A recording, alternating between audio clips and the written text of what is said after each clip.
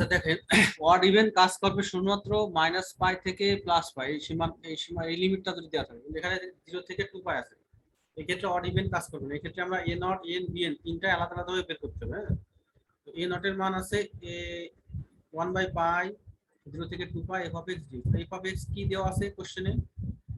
X square. এ নটের মান আগে বের করি।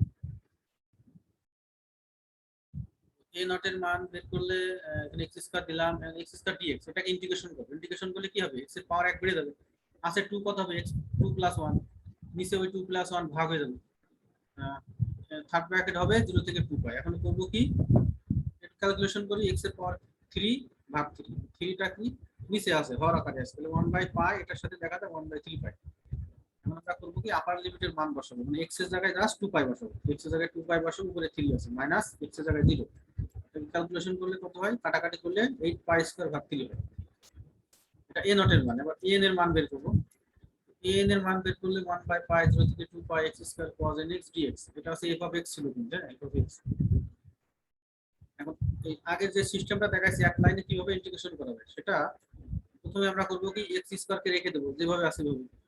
এক্স স্কয়ারের সাথে যেটা আছে cos nx, এটাকে আমরা ইন্টিগ্রেশন করব। এটাকে ইন্টিগ্রেশন করলে কি হবে? sin nx ভাগ n। এক্স এর সাথে n কনস্ট্যান্ট, এর জন্য nটা ভাগ হয়ে গেছে।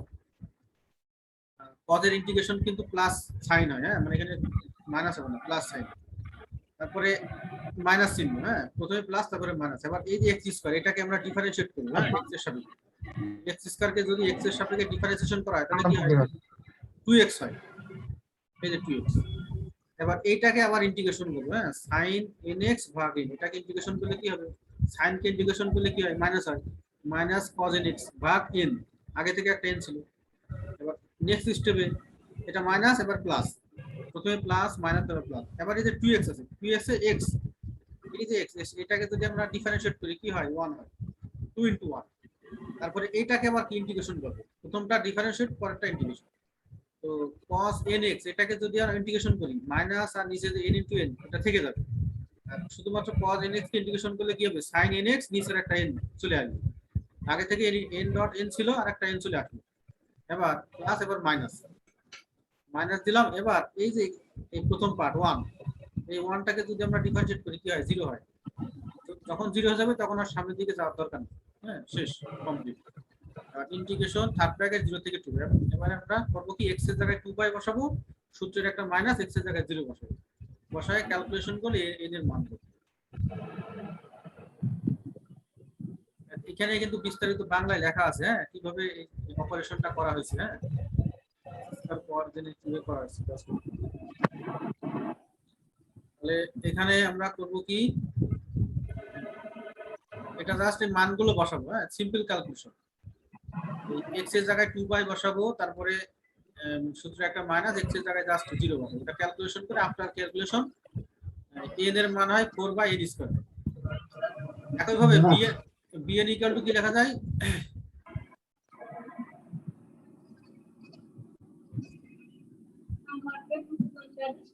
এই সাউন্ড আসছে Abu Darda, hello MD Abu Darda. bn equal two কি লেখা যায়? 1/পাই 0 থেকে 2 পাই x স্কয়ার sin nx। এবার একই সিস্টেমে আমরা x স্কয়ার sin nx এটাকে ইন্টিগ্রেশন করব এক লাইনে। x স্কয়ার কে প্রথমে রেখে দেব, sin nx কে ইন্টিগ্রেশন করব, কত হয়? মাইনাস cos nx ভাগ n হয়, তারপরে মাইনাস x স্কয়ার কে ডিফারেন্সিয়েট করলে 2x হয়, আবার এটাকে ইন্টিগ্রেশন করব। এখানে cos nx আছে, হ্যাঁ, সাথে মাইনাস আছে আর ভাগ n আছে, এটা থেকেই যাবে। তাহলে sin এই cos nx কে ইন্টিগ্রেশন করলে কি হবে? sin nx নিচে একটা n আসবে, হয়ে গেল। এবার এই যে 2x এর সাথে x আছে, এটাকে ডিফারেন্সিয়েট করলে কি 1 হয়। আবার এখানে sin nx কে যদি আমরা ইন্টিগ্রেশন করি কত হয়? sin কে করলে কিন্তু মাইনাস হয়, ছিল একটা মাইনাস, মাইনাস হয়েছে প্লাস, এই জন্য লিখছি cos nx ভাগ n, আর আগে থেকে n ডট n ছিল, তারপরে একটা মাইনাস। এই 1টাকে ডিফারেন্সিয়েট করলে কি হয়? 0 হয়, না সামনের দিকে যাওয়ার দরকার নেই। এটাকে ক্যালকুলেশন করলে জাস্ট x এর জায়গায় 2 পাই বসাবো, আর সূত্রে একটা মাইনাস, x এর জায়গায় 0 বসাবো, ক্যালকুলেশন করলে তারপর আমরা মনে রাখবো যে sin n পাই এর মান কিন্তু 0, যেখানে sin আসবে, sin n পাই আসবে, সেটার মান 0 ধরবো।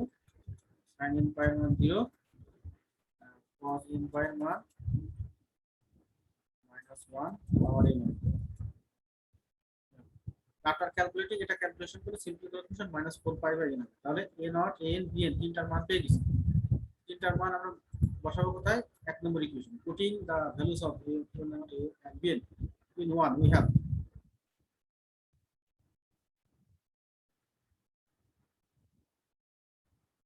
এটা আছে 1 নম্বর ইকুয়েশন। হ্যাঁ, এটা a নট এর মান, এটা আছে a n এর মান, এটা b n এর মান। তো এটা মানগুলো বসাইছি, এখানে কাটাকাটি করছি, 3 আর 2 6 হয়। হ্যাঁ, কাটাকাটি করে সিম্পলিফাই করছি। এটা এটা যদি এভাবে রাখা যায় সমস্যা নাই। এখন আমরা করছি কি, এই যে এটা একটা সিরিজ, এটা একটা সিরিজ, এই যে সামেশন, এই যে সামেশনটা এটার সাথেও যাবে, এটার সাথেও যাবে, দুটার সাথে দিয়ে দিচ্ছি। এদের মান 1 থেকে শুরু করে, সামেশন মানে কিন্তু যোগফল, ধারাবাহিক যোগ মানে যোগফল। এদের মান 1 থেকে অসীম পর্যন্ত। তাহলে প্রথমে 1 বসাবো। হ্যাঁ, এদের মান এটাতে cos x ভাগ এখানে n স্কয়ার আছে মানে কত 1 স্কয়ার, তারপর একটা প্লাস সামেশন যেটা আছে যোগ, তারপর এদের মান 2 বসাবো, এদের জায়গায় 2 বসালাম cos 2x, n স্কয়ার আছে মানে 2 স্কয়ার প্লাস এইভাবে 3 বসালে ডট ডট ডট অসীম পর্যন্ত আছে, তারপরে -4 পাই। এবার এটাতে এদের মান 1 থেকে শুরু করে অসীম পর্যন্ত বসাবো। 1 বসালে sin nx ভাগ 1, হ্যাঁ, 2 বসালে sin 2x ভাগ 2, which is the required Fourier series। এটা হচ্ছে आंसर। এখন সেকেন্ড পার্টে প্রমাণটা কি? প্রমাণটা ছিল জাস্ট এই বাম দিকে, মানে এটা ডান দিকে রাখুন 1/1 স্কয়ার মাইনাস 1/2 স্কয়ার। হ্যাঁ, এটা কিন্তু প্রমাণ ছিল, প্লাস 1/3 স্কয়ার মাইনাস 1/2 স্কয়ার। তো এখানে দেখা যাচ্ছে প্রমাণে 1/1 স্কয়ার এইটার সাথে মিলছে, প্রথম এই পার্টের সাথে মিলছে, কিন্তু এই পার্টের সাথে মিলছে না। তাহলে আমরা x এর মান এমন কিছু ধরবো যাতে এই টার্মটা ভ্যানিশ হয়ে যায়। হ্যাঁ, মানে এই যে এই জিনিসটা থাকে না, এটা x এর মান কি ধরলে ভ্যানিশ হয়? এটা x এর মান যদি আমরা পাই ধরি, তাহলে sin পাই, sin 2 পাই, সবগুলো মান কি 0 হয়ে যাবে। তার মানে আমরা putting x equal to pi into, হ্যাঁ, এই যে f অফ x, এটার মান আবার কি ছিল? এটার মান ছিল কিন্তু আবার x স্কয়ার। ঠিক আছে, তাহলে এই x এর মান যদি আমরা পাই ধরি, তাহলে কত হয়? বাম দিকে পাই স্কয়ার ইকুয়াল টু ডান দিকে 4 পাই স্কয়ার, 4 পাই স্কয়ার ভাগ 3 প্লাস, এটা যদি পাই ধরি তাহলে 4, জাস্ট ক্যালকুলেশন আর কি, এখানে একটা মান আসবে আর এটা সব ভ্যানিশ হয়ে যাবে। এইদিকে পাই স্কয়ার আছে, এদিকে 4 পাই স্কয়ার ভাগ 3 আছে, তার মানে এটা যদি আমরা এইদিকে নিয়ে যাই, একটা ক্যালকুলেশন করে একটা মান আসবে, পাই স্কয়ার ভাগ 12 আসবে। আর এইদিকে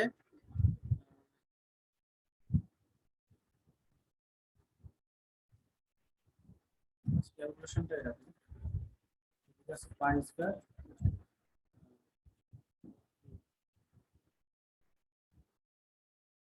4 পাই স্কয়ার ভাগ 3 যদি বাম দিকে নিয়ে যাই তাহলে কি হয়? 4 পাই স্কয়ার ভাগ 3, এটা সমান করলাম তো এটা মানে এটাকে ক্যালকুলেশন করলে কত হবে? 3 pi square minus 4 pi square ভাগ 3, এটা সমান কত হবে? মাইনাস পাই স্কয়ার ভাগ 3। এখানে যে 4 আছে, 4টা যদি আমরা বাম দিকে নিয়ে চলে আসি তাহলে গুণ হয়ে যাবে, মাইনাস পাই স্কয়ার ভাগ 12। কিন্তু আমাদের যেহেতু মাইনাস লাগবে না, প্লাস লাগবে, উভয় পাশে যদি আমরা মাইনাস দিয়ে গুণ করি তাহলে এখানে একটা মাইনাস, এখানে মাইনাস, এখানে মাইনাস। এখন cos পাই এর মান কত? -1, তাহলে মাইনাস মাইনাস প্লাস হয়ে যাবে। হ্যাঁ, তাহলে এটা হবে +1, এটা হবে এই মাইনাস আগে থেকে থাকবে। এখন মানগুলো বসালে পাই স্কয়ার ভাগ 12 এটা আছে।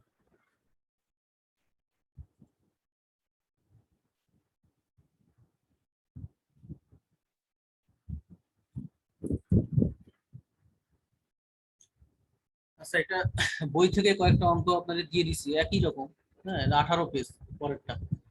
কোশ্চেনটা আছে, এটা এখানে দেওয়া আছে, এই ব্যবধি দেওয়া আছে -পাই থেকে পাই, ফাংশনটা দেওয়া আছে f of x equal to x cos x। ঠিক আছে, বলে ফুরিয়ার সিরিজটা দেখাইতে হবে এইরকম। একই রকম আমরা জানি -পাই থেকে পাই এই সীমা থাকলে আমরা ইভেন আর অড টেস্ট করব। সীমা যদি -পাই থেকে পাই তাহলে অবশ্যই আমরা দেওয়া আছে f of x equal to cos x into cos x, যেটা ইভেন না অড সেটা হিসাব করব। আমরা জানি ইভেন হলে এটা একটু মনে রাখবো যে ইভেন জোড় হয়, ইভেন হলে বিএন 0, অড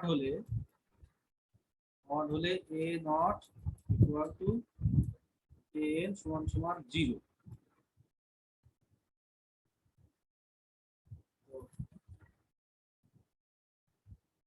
এটা আছে যেহেতু অড ফাংশন, বিজোড় ফাংশন, তাহলে এ নট সমান সমান এ এন সমান সমান কি 0।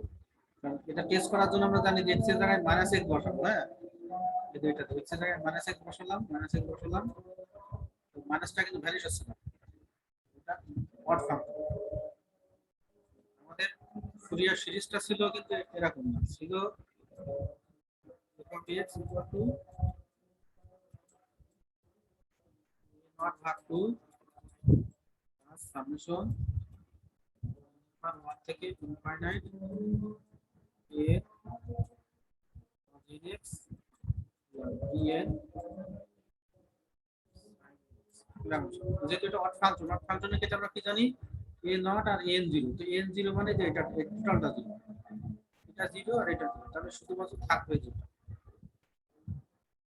এটা এই যে এটা। এখন এটা ভেরি সিম্পল, এটা শুধুমাত্র bn এর মান বের করব। bn মানে আমরা কি জানি, এখানে শর্টকাটে লিখছি, আমরা জানি bn ইকুয়াল টু কি লেখা যায়, bn equal to 1 by pi, lower limit দেওয়া আছে -পাই, আপার লিমিট দেওয়া আছে পাই, f of x এদের ক্ষেত্রে এটা হয় sin x dx। আমরা ইন্টিগ্রেশনে একটা সূত্র দেখাছিলাম যে দুই লিমিটে যদি সেম এবং অপোজিট হয় তাহলে এটা 0 হয় আর এটা 2 গুণ হয়, তাহলে 2 বাই পাই লেখা যাবে, 2 বাই পাই 0 থেকে পাই। আর f of x এর মান কিন্তু দেওয়া আছে x cos x কিন্তু cos x, আর আগে থেকে একটা sin x আছে, এটা আমরা ইন্টিগ্রেশন করে হিসাব করব।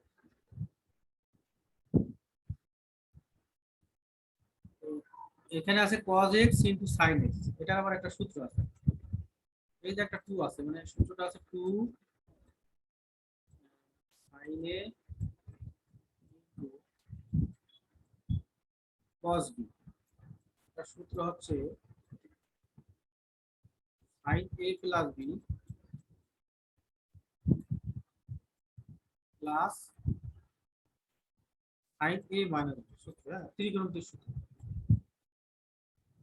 এখানে আছে আমরা যদি ধরি এই cos x sin x, এটার সাথে যে 2 আছে, 2টা যদি এইভাবে লিখি 2 sin nx,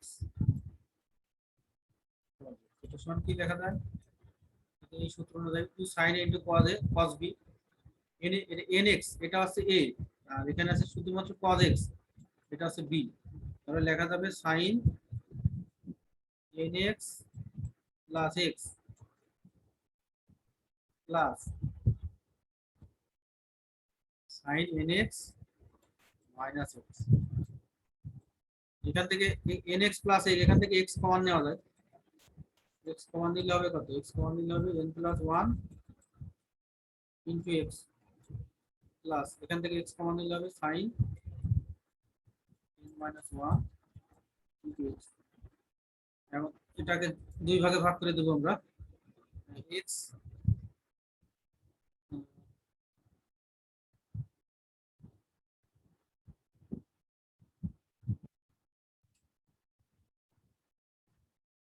আপনাদের কি ক্লাস আছে নাকি এরপরে? জি স্যার, ক্লাস আছে এরপরে। আচ্ছা, কেউ স্ক্রিনশট দিয়ে রুলগুলো দিয়ে দেন গ্রুপে। জি স্যার।